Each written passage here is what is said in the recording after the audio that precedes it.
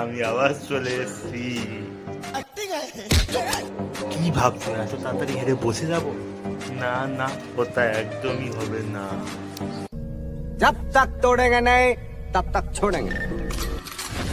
ভাই আমার জেনজি বন্ধু বান্ধবীরা, ভাই ফেব্রুয়ারি মাস শেষ হতে পারলো না, সূর্যর জাতীয় তা আবহাওয়া নাকি আমাদের কপাল। শীতকাল তো এখন গেস্ট অ্যাপ্লিকেশন দিয়ে চলে যাচ্ছে, আর মানুষ ছয়টার আলমারিতে রাখবে নাকি রোদে দেবে সেই কনফিউশনে অসুস্থ হয়ে যাচ্ছে। মনে হচ্ছে প্রকৃতি আমাদের বলছে, বাবু অনেক তো লেপ মুড়ি দিয়েছো, এবার একটু ঘাম ঝরিয়ে ওজন কমা। আর আমাদের রাজনীতি এখন সেই মিউজিক্যাল চেয়ার খেলার অবস্থার মতো হয়ে গেছে। মিউজিক বাজলেই সবাই দৌড়াদৌড়ি করে, আর মিউজিক থামলে দেখা যায় যে কেউ এক দল থেকে অন্য দলে ল্যান্ড করে গেছে।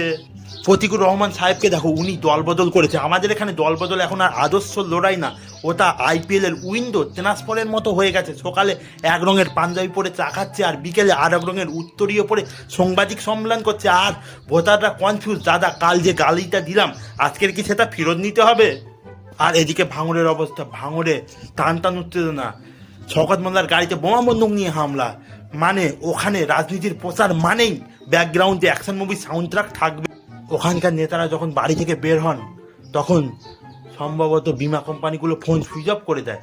শওকত সাহেব গাড়ি নিয়ে বের হলো, আর উপহার হিসাবে কি হলো? বোমা আর বন্দুকের গুলি। ওখানে ফেসবুক লাইভের আগে লাইভে বোমা চলে আসে।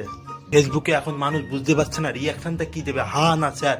আর আবহাওয়া সকালে কুয়াশা দেখে ভাবলাম শীত ফিরল, আর দুপুরে রোদ দেখে মনে হলো পুজো এলো। আর রাজনীতির যা চাপ, তাতে মনে হচ্ছে যে ইয়ার কন্ডিশনটা ফেব্রুয়ারি থেকেই অন করতে হবে।